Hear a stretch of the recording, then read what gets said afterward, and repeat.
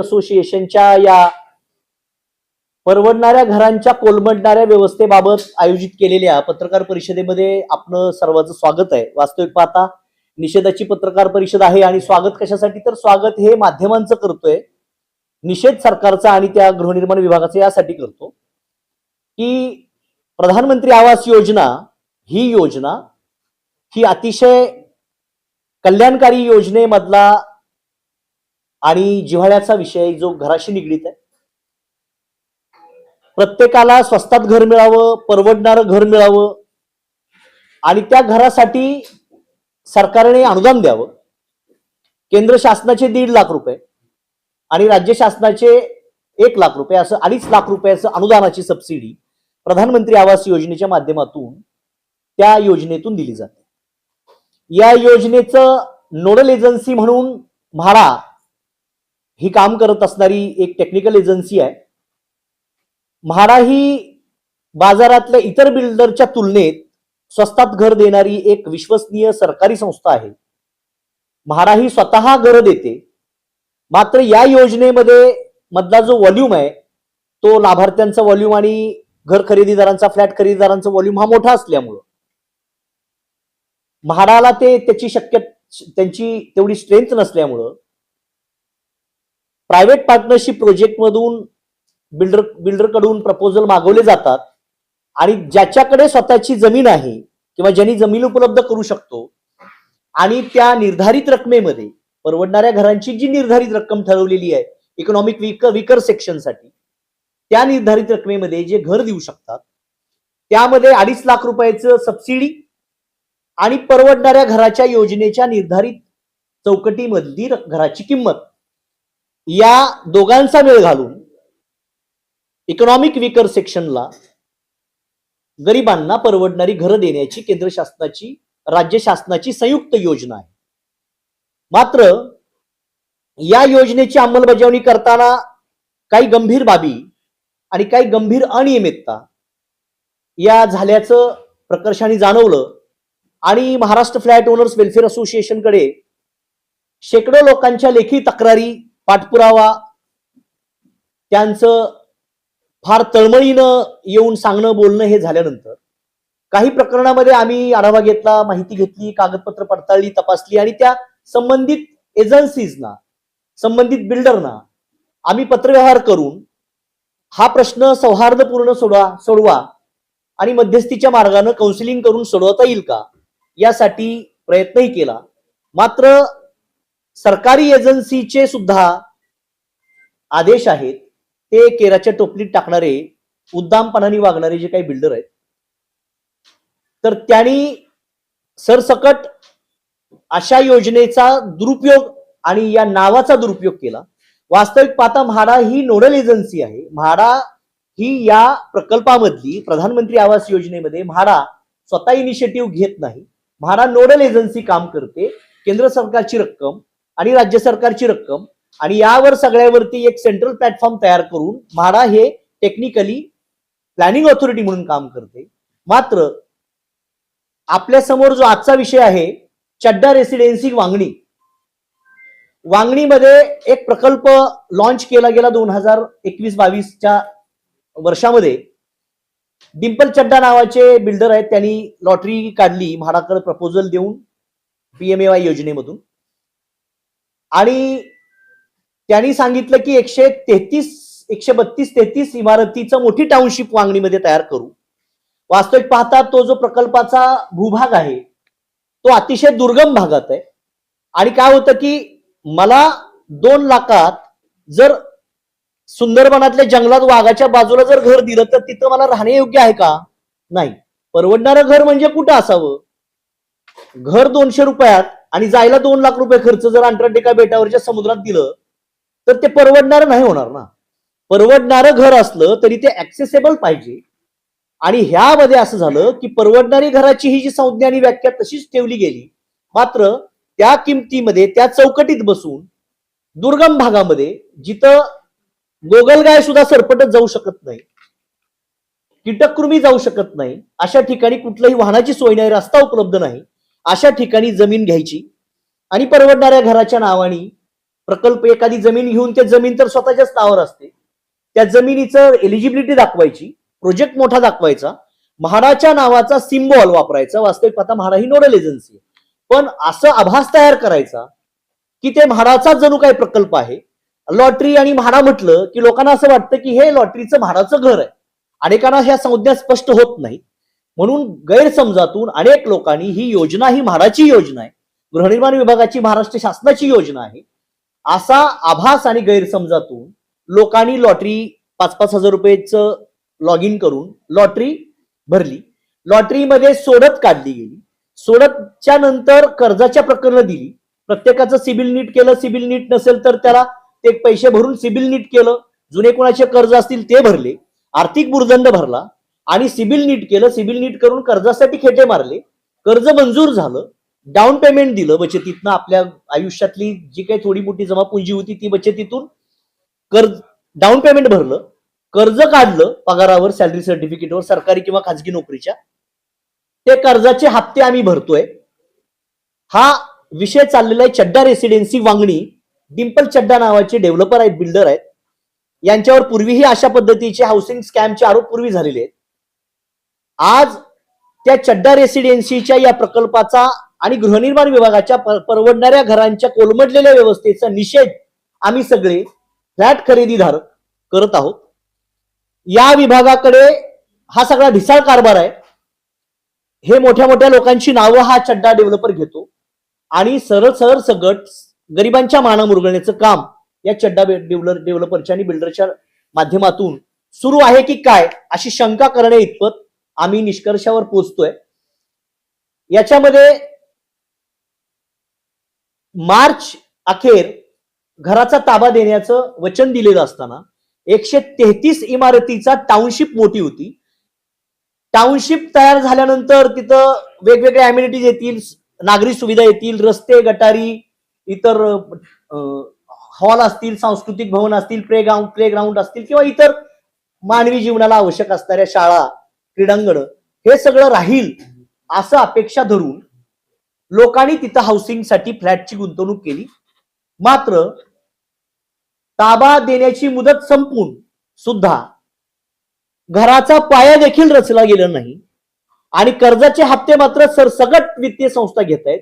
यामध्ये म्हाडा, गृहनिर्माण विभाग, संबंधित डेव्हलपर आणि संबंधित बँकेचे फायनान्स देणारे जे काही ते टेक्निकल एक्सपर्ट आहेत, आर्किटेक्टनी ज्यांनी प्रमाणपत्र दिलं, कारण टप्प्याटप्प्याने जशी बिल्डिंग उभा राहते तशा टप्प्याटप्प्याने ते पैसे कर्जाचे दिले गेले पाहिजेत. मात्र इमारतीचा पायाचा पत्ता नाही. मात्र वित्तीय संस्थांनी हे कर्ज दिले. हाऊसिंग स्कॅम बरोबर हा बँकिंग लोन फ्रॉड आहे.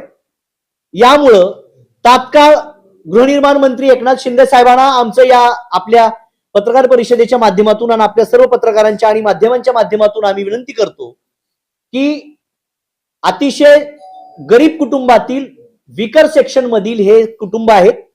परवडणाऱ्या घराच्या आणि म्हाडाच्या आणि गृहनिर्माण विभागाच्या महाराष्ट्र शासनाच्या नावावर विश्वास ठेवून अनेकांनी, हजारो कुटुंबांनी याच्यामध्ये पैसे गुंतवलेले आहेत.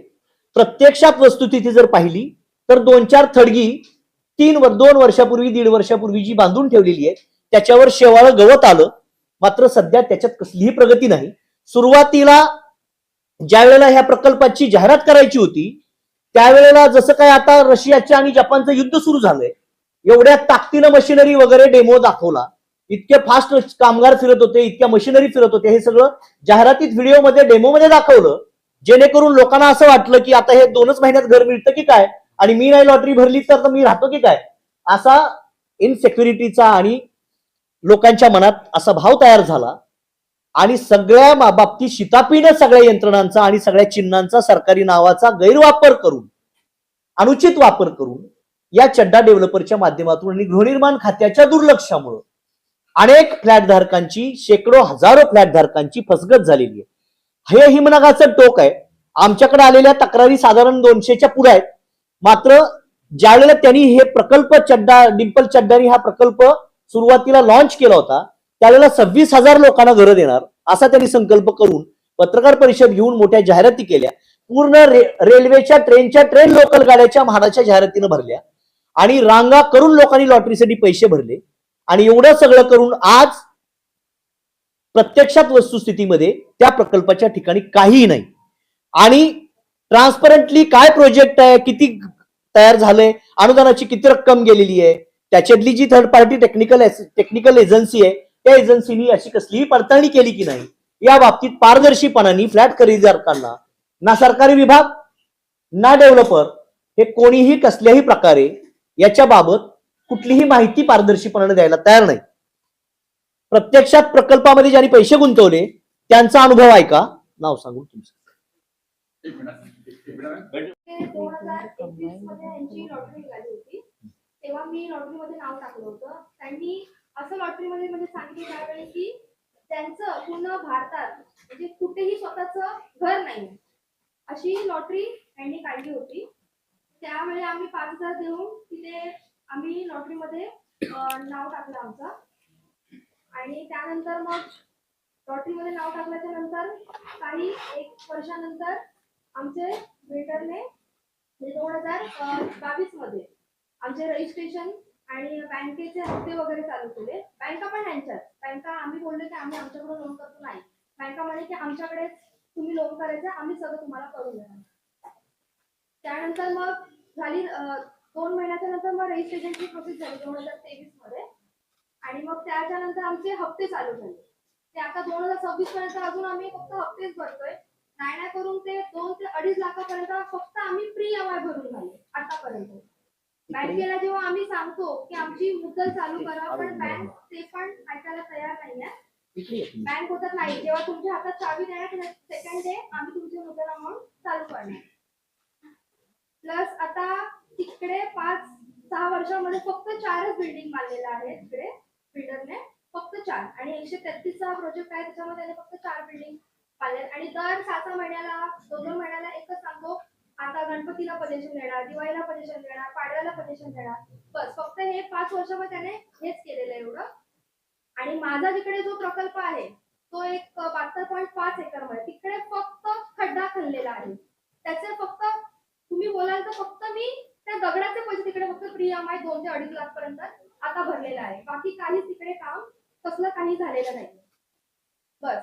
आणि एवढं आम्हाला एक हे आहे की कडे आम्ही आलो की आम्हाला न्याय मिळावा. आणि तुमची मागणी काय? तुमची मागणी काय? एक मिनिट पहिलं सगळ्यांचं होऊ द्या, मग नंतर प्रश्न उत्तर घेऊ द्या.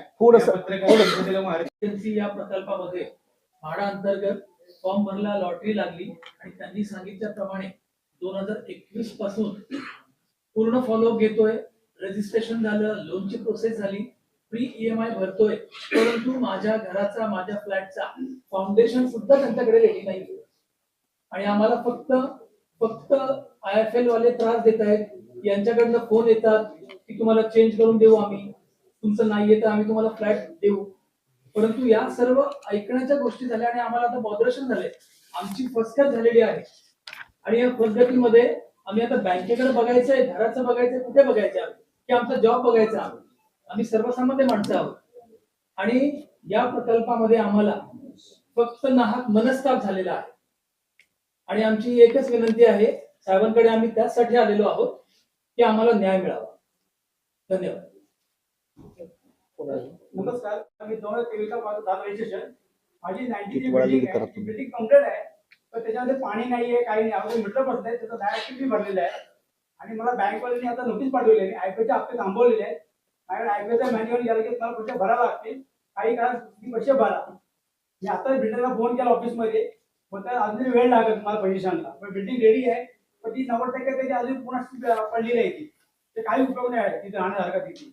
आणि आता बोलले की तुम्हाला गणपतीला देणार पैसे. आता 15 वर्षाला त्यांनी मिटिंग लावलेली, मला फोन केला ऑफिसमधून, मी गेलो नाही. पण त्यांनी असं कळलं की आता 15 सप्टेंबरला देते पोझिशन, पण ते पाणी नाही, लाईट नाही, हृदय नाहीये, माणूस जाणार कसा तिथे राहायला. तिथे आम्हाला कोणी दाद देत नाही. आम्ही सर्व माडामध्ये पण गेलो, ते पण काय आम्हाला सांगायला उत्तर देत नाहीये. शहरामध्ये कल्चर कंप्लेंट केली, तिथून काय दाद देत नाहीये. शेवटी महाराष्ट्र प्रेसच्या त्यांच्याकडे आलो, त्यांनी 2 मिटिंग आयोजित केल्या, ते व्यवस्थित हे केलं, आम्हाला सहकार्य केलं. आणि पुढे सरकार करतील आम्ही अपेक्षा ठेवून हे आम्ही आलेलो आहे.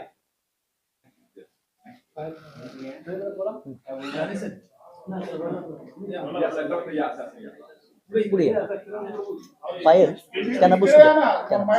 आहे असं कळल्यामुळे मी तिथे माझे म्हणजे लॉटरीचे पैसे भरले. तर स्टार्टिंगला जेव्हा मी पैसे भरले ना, तर मला सांगितलं माझ्या भावाने आणि मी, आम्हाला वाटलं स्वस्तामध्ये घरं मिळत आहेत, त्याच्यामुळे आम्ही म्हटलं करूया तिथे, होऊन जाईल आपलं घर. म्हणून आम्ही, माझ्या भावाने आणि मी दोघांनी पैसे भरले. तर आम्हाला डायरेक्ट लॉटरी देतो असं सांगून आमच्याकडून लॉटरी लागण्या अगोदर 10,000 आणि लॉटरी मिळाल्यानंतर 10,000 असे एक्स्ट्रा पैसे घेतले आमच्याकडून. आणि नंतर मग एकच रूम, मला A93 मध्ये 302 असा थर्ड फ्लोअर वरती रूम दिला होता. तर तोच रूम, सेम रूम आणखीन एका व्यक्तीला अलाउड केलं होतं. तर मग 2 रूम म्हणजे एकाच रूमचे 2-2 जणांना कसं काय तुम्ही देणार? त्याच्यामुळे भरपूर वाद झाला. आम्ही तिथे बोललो. तर आम्हाला तिथे समजवलं, म्हणजे त्यांचे जे मॅनेजर आहेत मोरे साहेब म्हणून, त्यांनी समजवलं की नाही ते असं होतं, एवढा मोठा प्रकल्प आहे, थोडासा गोंधळ होता, तुम्ही समजून घ्या असं करून आम्हाला समजावून ना त्यांनी मला म्हटलं तुम्हाला चांगला व्ह्यू असलेला दुसरा रूम देतो. पुन्हा त्यांनी मला 107 मध्ये, माझ्या भावाने ऑन द स्पॉट तो फ्लॅट कॅन्सल केला, नको मला म्हणून. पण मला समजवल्यामुळे मला घराची गरज होती. तर मी म्हटलं की ठीक आहे, की आता काम चालू आहे एवढ्या जोराने तर मिळेल. मग त्याच्यामुळे मी काही कॅन्सल केलं नाही. मी म्हटलं राहू दे, मिळेल मला ते पुढे. पण आता मी 3,50,000 पर्यंत सेल्फ पेमेंट केलेलं आहे. तरी पण अजून माझं रजिस्ट्रेशन नाहीये किंवा कामाचंही काहीच नाही, म्हणजे काहीच झालेलं नाही. फक्त एवढंच सांगतायत की या महिन्यात मिळेल, त्या महिन्यात मिळेल, असं करत करत 2021 पासून आता 2026 आलं, पण अजून आम्हाला पजेशनचंही काहीच नाही आणि रजिस्ट्रेशनही झालेलं नाही. सप्टेंबर म्हणजे ह्याच महिन्यामध्ये गेला 1/21 साली सप्टेंबरमध्ये माटुंगा रेल्वे स्टेशनवरती, त्यानंतर माटुंगा रेल्वे शॉप आहे, रेल्वे वर्कशॉप आहे, तिथे त्यांची ऍड बघितली होती की मुंबईमध्ये स्वस्त आणि मस्त घरे 5,61,000 याची मी ऍड बघितली. मी त्यांना कॉन्टॅक्टवर केलं. तर माझं सुनील मोरेशी कॉन्टॅक्ट झालं. त्यांनी आम्हाला काही तारीख आमचं ते केलं होतं ऑनलाईन. आम्ही रजिस्ट्रेशन फी 5,000 रुपये होती, ते आम्ही भरले होते. नंतर माझा नंबर पण लागला. तर त्यांनी आम्हाला गावाही दिली तिकडे की 2021ला तुमचं लॉटरी लागलेली आहे, 2024 पर्यंत तुम्हाला आम्ही कसं करून रूमचा पैसे देऊ. ते म्हणलं सर खूप चांगली गोष्ट आहे म्हटलं, मग घर पण आपलं घर होऊन जाईल. त्याच्यावरती आम्ही वाट पाहिली. आमचं रजिस्ट्रेशन पण झालं. लगेच माझं पुढच्या म्हणजे रजिस्ट्रेशन माझा EMI किंवा IFLचं मी लोन केलं होतं, ते स्टार्ट झालं. पहिला हप्ता मला 2,000 पडला. IFचा हप्ता वाढत माझा आता 5,500चा EMI वाढला. पण रूमची कंडिशन अजून तशीच आहे. मला रूम भेटला काहीच नाही.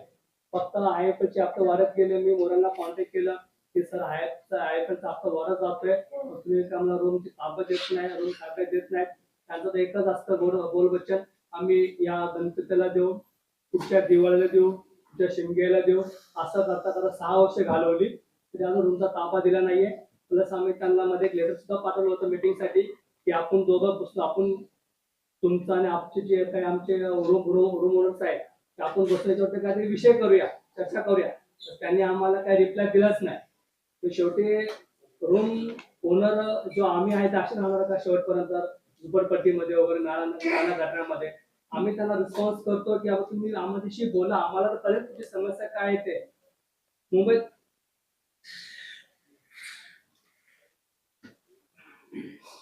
सगळ्यांना वाटतं की मुंबईत हक्काचं घर हवंय, पण हा हलकट माणूस बसलाय चटा डेव्हलपर वाला, फक्त बोलपेशन करतो की आम्ही ते होतो, पण आम्हाला अजून रूम नाही केलं त्याच्याकडून. आता माझं वय 45 इयर्स आहे, किती वर्ष जगेल तुमची गॅरंटी नाहीये. आजकाल माणसं खूप हार्ट अटॅकने जातात वगैरे, टेन्शन वगैरे. तर मला असं वाटतं की माझा तर जीव जगा तर माझी बायकोवर रस्ता देते, तर माझं मुंबईत घरच नाही स्वतःच. एकच आशा पकडली होती आम्ही की आम्हाला मुंबईत स्वस्तात घर भेटेल. त्यांचा आता मध्ये आम्हाला फोन होता की तुम्हाला 15 ऑगस्टला त्यांनी बोलवले 24 वाटपाचा कार्यक्रम होणार आहे. तर आम्हाला माहिती आहे की 24 कारण असं त्यांनी आम्हाला बॅनरवर दाखवले असते, तर काहीच झालं त्यांच्याकडून. मी फक्त एकदा आशा करतो आगड साहेबांना की सर तुम्ही आम्हाला तुम्ही आम्हाला द्यावा सर, हीच आमची अपेक्षा आहे. गैरसमज आम्हाला नलिफाय झाली ना. व्याजाची किंमत जास्त आणि सबसिडीची किंमत कमी झाल्यानंतर परवडणारं घर नव्हे तर ओरबडणारं घर होईल. ते ओरबडणाऱ्या घराची योजना आहे का परवडणाऱ्या घराची योजना आहे हे गृहनिर्माण विभागाला विचारलं पाहिजे. आणि आमचं एकच मत आहे की म्हाडा आणि टेक्निकल एजन्सी आणि बँक यांची संयुक्त बैठक घेऊन हाऊसिंग मिनिस्टर एकनाथ शिंदे साहेबांनी या विभागाकडे प्रत्यक्षात पटपट लक्ष देऊन हे सगळं सोडवलं पाहिजे. कारण ते मुख्यमंत्री असतानाच्या काळातच त्यांनी ही योजना सुरू केलेली आहे. ते एकनाथ शिंदे साहेबांचं नाव घेऊनच हा चड्डा डेव्हलपर महाराष्ट्रात आलाय. हे पूर्वी तिकडे नॉर्थमध्ये कुठेतरी काहीतरी स्कॅम करून पण आल्याची माहिती आहे. मात्र आमचं मत एवढंच आहे की जे कमिटमेंट केलेली आहे ही कमिटमेंट ही याला नोडल एजन्सी म्हाडा आणि housing department of state of Maharashtra, government of महाराष्ट्राचं हाऊसिंग डिपार्टमेंटनी जबाबदारी घ्यायची. कारण लोकांनी म्हाडा आणि सरकारी घर यावर विश्वास ठेवून पैसे भरले, ते काय खाजगी डेव्हलपरकडे दिलेले नाही. त्यामुळे नाव म्हाडाचं आणि फास मात्र चड्डाचा अशा पद्धतीनं गैरसमजात हे सगळे फसगत झालेले लोक आहेत. त्यामुळे एक तर इथून पुढे म्हाडानी अशा पद्धतीचं स्वतःचं लोगो वापरण्याची परवानगी कुठल्याही खाजगी डेव्हलपरला देऊ नये, ही एक मागणी त्यातून फसगत होते. तुम्ही टेक्निकली खाली एखादं ओळ लिहा, नोडल एजन्सी म्हाडा आणि पीएमएवायचे अप्रूव्ड प्रोजेक्ट, जसं रेरा रजिस्ट्रेशन लिहितात तसं म्हाडाचा सिम्बॉल वापरू नका, त्यातून लोकांचा गैरसमज होतो. एवढंच माझं मत आहे. तुमची मागणी पुढे न का करणार ऍक्शन घ्यायला?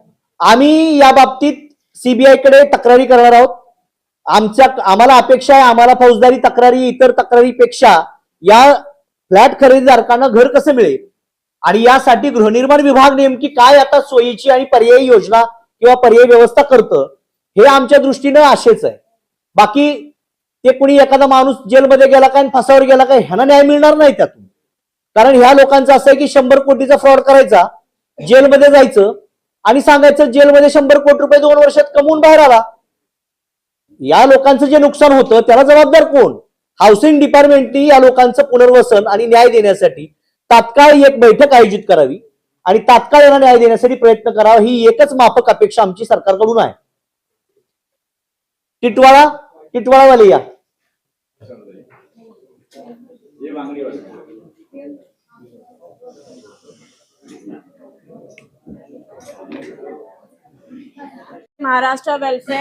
Maharashtra flat owners welfare association ने ये मुद्दा आज हाथ में अपने इसीलिए लिया है क्योंकि ये मुद्दा पीएमएवाई ईडब्ल्यूएस स्कीम के अंडर जिन्होंने अपने सपनों का घर बुक किया था वो आज अपने सपनों के घर के लिए बहुत इंतजार कर रहे हैं. यहाँ पे डिले सिर्फ प्रोजेक्ट बनने का नहीं है, पोजेशन देने का नहीं है, क्वेश्चन है misuse of funds given by the union and the state under the very scheme of Prime Minister having a vision to give, सबको वो देना चाहते हैं कि सबका हक का घर हो. इस प्रोजेक्ट के अंदर इस तरह के इश्यूज आए हैं और ये इश्यूज हमने आइडेंटिफाई किए हैं. एक इशू हमने देखा चड्डा डेवलपर का, जहां पे लोग ईएमआई भर रहे हैं बट वहां पे डेवलपमेंट कुछ भी नहीं है. दूसरा इशू है टिटवाला रुस्तगी आरम, जहां पे डेवलपमेंट तो हुआ है लेकिन जो सब्सिडी अमाउंट है उसका मिसयूज किया गया है और वो सब्सिडी अमाउंट का बेनिफिट स्टेट और यूनियन से लेने के बावजूद जो बायर्स हैं, जो परचेसर्स हैं, उनसे भी डेवलपर ने लिए हैं और वो डिमांड कर रहे हैं. मैं चाहूंगी कि रुस्तगी आरम के जो टिटवाला के हमारे बायर्स हैं वो आपको इस बारे में बताएं. मोठ्याने बोला. माझं नाव अमित जोगळेकर. 2023 मध्ये रुस्तगीमध्ये मी फ्लॅट बुक केला. मला 16,18,000ला तो फ्लॅट पडला. पण म्हाडाने आणि बिल्डरचा एक एमओयू झाला, त्यामध्ये धडधडीत लिहिलेलं आहे की 16,68,000ला फ्लॅट विकला पाहिजे. त्यामधले 2-2.5 लाख रुपये पीएमवायचे म्हणजे महाराष्ट्र स्टेट गव्हर्नमेंट आणि राज्य सरकार हे त्याला 2.5 लाख रुपये देणार. त्यात ते वगळून 68 मधून 2.5 लाख वगळून मला 14-18 फ्लॅट करण्यात आले. पण त्यांना माझ्याशी जे अग्रीमेंट बनवलं त्यामध्ये 16-18 अग्रीमेंट बनवलं. त्यात माझ्याकडून त्यांनी 2 लाख रुपये एक्स्ट्रा घेतले. ते डेव्हलपमेंट चार्ज म्हणून घेतले, जो की तो घेऊ शकत नाही कारण की ईडब्ल्यूएसच्या स्टेटमेंटमध्ये आम्ही पडतो. 14च्या ऐवजी 14-18च्या ऐवजी 16-18 माझ्याकडून त्यांनी घेतली. दुसरी गोष्ट, त्यांनी 2023 पासून आम्हाला पेनल्टी मारली की आमच्याकडून काही पेमेंट लेट झालं. पण आमच्याकडून जेव्हा पहिलं पेमेंट माझं गेलं तर 2023ला त्यानंतर 2 महिन्यात 1 महिन्यात किंवा 6 महिन्यात मला कळवायला पाहिजे होतं की तुझं पेमेंट लेट झालंय, तर मी पुढचे पेमेंट त्यांना व्यवस्थित बँकेकडून दिले असते. त्यांनी ते काही न करता 2025 मध्ये नोटीस काढली आणि 16,000ची मला नोटीस पाठवली. 16,500ची नोटीस पाठवली की तुमचं लेट झाल्याबद्दल तुम्हाला 16,000 ची पेनल्टी पाठवतो. माझ्यासारख्या काही लोकांना 1 लाख 1.5 लाख अशी पण नोटीस आलेली आहे की तुम्ही पेनल्टी भरा म्हणून. मी पोझिशन अजून घेतलेलं नाही, ओसी आलेली नाही, फुल ओसी, त्यामुळे मी अजून पोझिशन नाही घेतले. पण तो ओसी न आल्यामुळे बऱ्याच लोकांना अंडरटेकिंग लिहून घेतलं की तुम्हाला फ्लॅटची गरज आहे, तुम्ही माझ्याकडे रिक्वेस्ट करताय म्हणून फ्लॅट तो देतोय त्यांना, आणि ते लोक राहायला पण गेले. पण आम्ही बरेचसे लोक असे आहेत की ज्यांनी आमच्याकडून फ्लॅट नाही घेतले. आम्ही त्याच्याकडे मागणी करतो की ओसी फुल ओसी द्या, पाणी द्या केडीएमसीचं, तेव्हा आम्ही येऊ, कारण त्याचं तिथं बोरिंगचं पाणी एवढंच. ये सब्सिडी अमाउंट की जो इन्होंने बात की है, वो सब्सिडी अमाउंट वाज अग्रीड. एक MOU एंटर हुआ था between MHADA end the developer. उसमें क्लियरली मेंशन है कि एक कैप अमाउंट फिक्स की गई थी EWS स्कीम के अंदर कि आप इनसे इतना ही अमाउंट ले सकते हैं. दैट कैप अमाउंट वाज 16,68,000 फॉर ईच यूनिट, जिसमें से आपको सब्सिडी माइनस करके that is 2.5 lakh for each unit, वो होता है टोटल अमाउंट हमारा 14 lakh rupees, 14.18 lakh rupees for each unit. ये ना लेते हुए उन्होंने 16 लाख प्लस अमाउंट डिमांड किया. किसी से 16,68,000 रुपए लिए, किसी से 17 लाख रुपए लिए, किसी से 17,99,000 रुपीज डिमांड किए. डेवलपमेंट नहीं हुआ टाइम पे, पेनल्टी चार्जेस भी वो मांग रहे हैं. इसका क्लियर मीनिंग है कि वो मिसयूज ऑफ पावर कर रहे हैं जो उनको दिया गया है under a very well non scheme of PMAY. The vision of prime minister विद द स्टेट एंड यूनियन का वो मिसयूज कर रहे हैं, जिसके खिलाफ हमने कंप्लेन भी की थी. वो कंप्लेन हमारी गई थी chief vigilance security officer MHADA. उनकी ऑब्जर्वेशन है 13/1/2026 को, जिसमें उन्होंने डायरेक्ट किया chief officer Konkan housing and area development board Mumbai, stating clearly that कि अगर यहाँ पे डेवलपर ने किसी से भी 14,18,000 से ज्यादा पैसे लिए हैं तो उनके अगेंस्ट चीटिंग की FIR की जाए. और ये एक घर का इश्यू नहीं है, यहाँ पे मोर देन 600 यूनिट्स ऐसे पास किए गए हैं स्कीम के अंदर. तो ये जो घोटाला, it is more than 15 to 16 CR taking the undue advantage of the scheme and the benefit in their pocket, which has to be gone to the end users, that is the citizens of India under the scheme. Hence the MFOWA is supporting them, and we are becoming their voice and want to bring into the notice that such irregularities should be taken into consideration by the state authorities like Mahada and RERA, and pure action should be taken against such developers. MHADA ने जिस तरह से जो order दिया हुआ है, क्या उस पर FIR हुई है? महाड़ा ने डायरेक्शन दिया है कोंकण डिवीजन चीफ ऑफिसर को. अब उस पे इंक्वायरी है जहां पे क्लियरली मेंशन किया है अगर उन्हें 14.18 लाख से ज्यादा अगर पैसे लिए हैं तो इनके अगेंस्ट चीटिंग का केस दर्ज कीजिए. It is since pending now. तो जनवरी से ये मामला पेंडिंग है. पेंडिंग जनवरी से ये ऑर्डर पेंडिंग है, तो अब तक कोई कार्रवाई उस पे आगे बढ़ी है Konkan division Konkan housing and area development से? उसके बारे में हमारे पास कोई नहीं सर. हम लोग गए थे विशाल राठौर साहब जो CEO महाड़ा के, तो उन्होंने बोला हमने फाइल आगे बढ़ा दी है, तो संजू जैसा साहब के पास गए, उनके पास ये अथॉरिटी है, वो एक्शन ले सकते. हम लोग हर हफ्ते एक बार राउंड मारते ही है. उनके असिस्टेंट है मिस्टर देशपांडे, उनके थ्रू अपॉइंटमेंट ले सकते हैं कि ना अपॉइंटमेंट देते हैं ना मिलते हैं. तो अपॉइंटमेंट मिलती ही नहीं कितनी बार. अभी तक 2 साल में कम से कम 20-25 बार तो हम लोग माड़ा में गए, लेकिन कभी अपॉइंटमेंट मिलती नहीं. पहली जो माड़ा के ऑफिसर थे रेवती गायकर, उन्होंने भी सेम स्टेटमेंट दी थी कि 14,18,000 से तो 1 रुपया भी किसी भी कस्टमर से ज्यादा नहीं ले सकता. उनके बाद उनकी बदली हो गई. फिर विशाल राठौर जी वहां पर आए, अभी जो माड़ा के अधिकारी है, उनसे भी हम मिले. उन्होंने भी बिल्डर को सामने उसके बेटे को धमकाया कि तू 1 रुपया भी 14,18,000 से नहीं ले सकता. फिर बाद में उन्हें बोला कि उसके ऊपर हम केस करेंगे. केस के लिए जो ऊपर के उनके चीफ है संजीव जी जायसवाल, उनके पास हम जा रहे हैं अपॉइंटमेंट के लिए कि भाई इनके ऊपर केस करो. हम केस करना चाहते हो, कोई उसका जवाब नहीं, मिलते ही नहीं है. अगर साहब एक चीज देखने को मिलती है, जब इस तरह के स्कैम होते हैं तो इसका सोल्यूशन तो होता नहीं, टू बी वेरी ऑनेस्ट. उनको जेल होती है वगैरह, जैसे आपने खुद ने माना, तो आपको लगता है कि कहीं ना कहीं देश में बहुत ही कड़क कानून की आवश्यकता है, जिसके कारण जो इस तरह के बिल्डर्स गरीबों का हक छीनते हैं उसके ऊपर लगाम लग सके? विलिंगनेस ऑफ गवर्नेंस, जो शासक है उनकी अगर तीव्र इच्छा हो तो ये दे सकते हैं। इनको जेल में डालना, इनके ऊपर एफआईआर करना ये हल नहीं है। हल ये है कि इनका जो ऑब्जेक्ट के लिए उन्होंने पैसा इन्वेस्ट किया है उनको इंश्योर करना, उनको सिक्योर करके, उनको प्रोटेक्ट करके, उनको उनके हक का घर दिलवाना, ये हाउसिंग डिपार्टमेंट का काम है।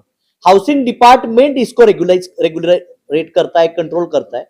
तो हमारी मांग ये है कि हाउसिंग डिपार्टमेंट इसकी जिम्मेदारी लेके उनको alternative accommodation they.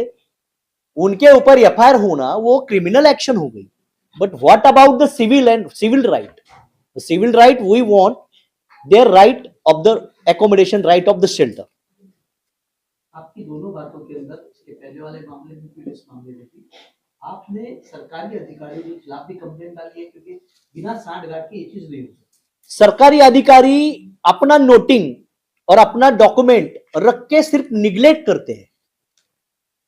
On document सरकारी अधिकारी अपना अपना एक लेटर देते रहते, रिमाइंडर देते रहते। अभी जैसे बात किया इन्होंने, वो रायकर मैडम ने और राठौड़ जी ने जब कंप्लेंट किया कि जो फ्रेम है, फ्रेम से ज्यादा पैसा मांग रहे डेवलपर बिल्डर, जब पोजेशन का टाइम आ रहा है तो लोगों को आप ज्यादा पैसा मांग रहे हो, तो ये मिस एप्रोप्रिएशन ऑफ फंड हो गया, उसका मिसयूज भी हो गया। लेकिन जब इन्होंने शिकायत की, शिकायत के बाद एक मीटिंग लिया, नॉट ए हियरिंग, दैट वाज जस्ट अ मीटिंग। मीटिंग लेने के बाद मीटिंग में उन्होंने एक नोटिंग तैयार करके रखा। क्यों? ये जब सब कर रहे हैं तो सरकारी अफसरों के ध्यान में सब कुछ आ रहा है, नोटिस में सब कुछ आ रहा है, लेकिन वो एक कागज तैयार ऐसा करके रखते हैं कि हमने तो हमारा काम किया था, कागज पे काम किया, इंप्लीमेंटेशन नहीं किया। तो ये नरोवा कुंजरो हो गया। हाथी गया क्या इंसान गया मालूम नहीं, तो गया तो कोई गया। इसलिए सरकारी अफसर इसमें अपना अपना रिकॉर्ड तैयार करके साइन लेके रख देते हैं टेबल में। पिस्ता कौन है? पिस्ता है बेनिफिशियरी।